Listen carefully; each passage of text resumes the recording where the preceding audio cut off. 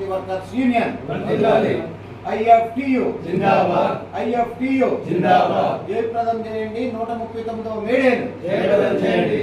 139వ మేడేను జయప్రదం చేయండి. సమాన పనికి సమాన వేతనం. సమాన పనికి సమాన వేతనం. గ్రామ పంచాయతీ కార్మికులను వెంటనే పర్మనెంట్ చేయాలి. చేయాలి. సిపి కార్మికుల వెంటనే పర్మనెంట్ చేయాలి. చేయాలి. ESI PF సౌకర్యం వెంటనే కల్పించాలి. ESI సౌకర్యం వెంటనే కల్పించాలి.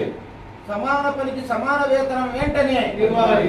నేడే వర్ధిల్లాలి. నేడే వర్ధిల్లాలి. ప్రపంచ కార్మికులారా ఏకం కాండి. ప్రపంచ కార్మికులారా ఏకం కాండి. ఇఫ్టు జిందాబాద్. IFTU జిందాబాద్. ఇఫ్టు జిందాబాద్. IFTU జిందాబాద్. సందర్భంగా మతోన్మాదానికి వ్యతిరేకంగా కార్మిక వర్గాన్ని ఎర్రజెండా వెలుగులో హక్కుల కోసం సాధించే దినంగా ఈ మేడేని జరుపుకోవాలని చెప్పి మన IFTU కేంద్రం సంఘం భావించింది. అందులో భాగంగా మనం మేడేని మనం పనిచేస్తున్న ప్రాంతాల్లో IFTU తెలంగాణ ఆదర్శ మున్సిపల్ అండ్ గ్రామ పంచాయతీ వర్కర్స్ యూనియన్ల ఆధ్వర్యంలో జరుపుకోవడానికి సిద్ధపడుతున్నాం. పోస్టర్లు కరపత్రాలు అన్నీ కూడా పంపిణీ జరిగింది. అందులో భాగంగా ఈరోజు తెలంగాణ ఆదర్శ గ్రామ panchayat and municipal workers union ఆధ్వర్యంలో జరుగుతున్న రాష్ట్ర కమిటీ సమావేశంలో కొన్ని నిర్ణయాలని చేసుకుంటున్నాం. ఆ నిర్ణయాల్లో మనం ఉన్న దగ్గర అన్ని చోట్ల కూడా జెండాలు ఎగరవేయాలి. మేడే స్ఫూర్తిని తో ప్రభుత్వం తీసుకొస్తున్నటువంటి 4 లేబర్ కోడ్లని వ్యతిరేకిస్తూ మే 20వ తారీఖున దేశవ్యాప్త సమ్మెలో కూడా మున్సిపల్ అండ్ గ్రామ పంచాయతీ వర్కర్లందరినీ పాల్గొనే విధంగా IFTU పనిచేయాలని చెప్పి రాష్ట్ర కమిటీ భావిస్తున్నది. అందులో భాగంగా 8 గంటల పనిదినాన్నే కొనసాగించాలి. 12 గంటలు తీసుకొస్తున్నటువంటి 4 లేబర్ కోడుల్లో 12 గంటల విధానాన్ని రద్దు చేయాలని చెప్పి కేంద్ర ప్రభుత్వానికి తెలిసే విధంగా ఈ మేడేని జరపాలని చెప్పి IFTU నిర్ణయించింది. అందుకోసం మనం అందరం పనిచేయాలి. ఇప్పుడు మన అధ్యక్షుడు కామ్రేడ్ దాసన్న కూడా మాట్లాడతారు. మీరు శ్రద్ధగా వినవలసిందిగా విజ్ఞప్తి చేస్తున్నాం. మిత్రుల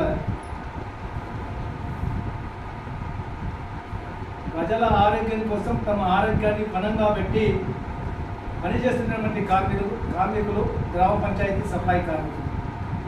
మరి ఇలా గ్రామ పంచాయతీ సఫాయి కార్మికులు తమ ఆరోగ్యాన్ని లెక్క చేయకుండా పనిచేస్తున్నారు కాబట్టి పల్లెలన్నీ కూడా చాలా అనేక రోగాల నుంచి తప్పించుకోగలుగుతున్నాయి.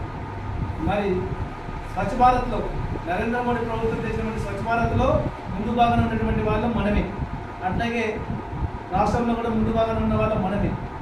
ఒక దిక్కేమో నరేంద్ర మోడీ సఫాయి కార్మికులు ఢిల్లీకి పిలిపించి పాదాభివందనం చేసి శాలువా కప్పి సన్మానించింది.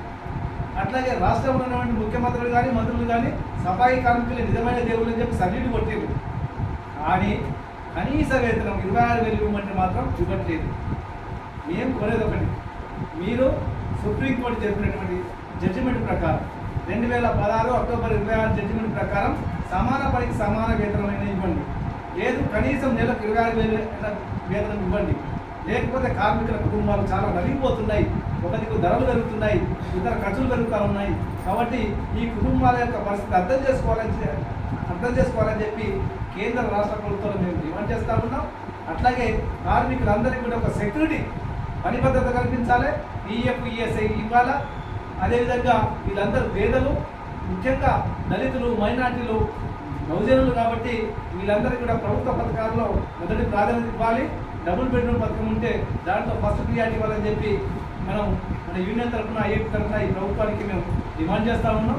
అదేవిధంగా ఈ యొక్క 139 మేడే సందర్భంగా మన కార్మికులందరూ కూడా గ్రామ పంచాయతీల దగ్గర జెండాలు ఎగిరేసి మనకు పర్మనెంట్ చేయాలని చెప్పి నినాదాలు ఇవ్వాల్సిన అవసరం ఉందని చెప్పి తెలియజేస్తూ ఉన్నాం.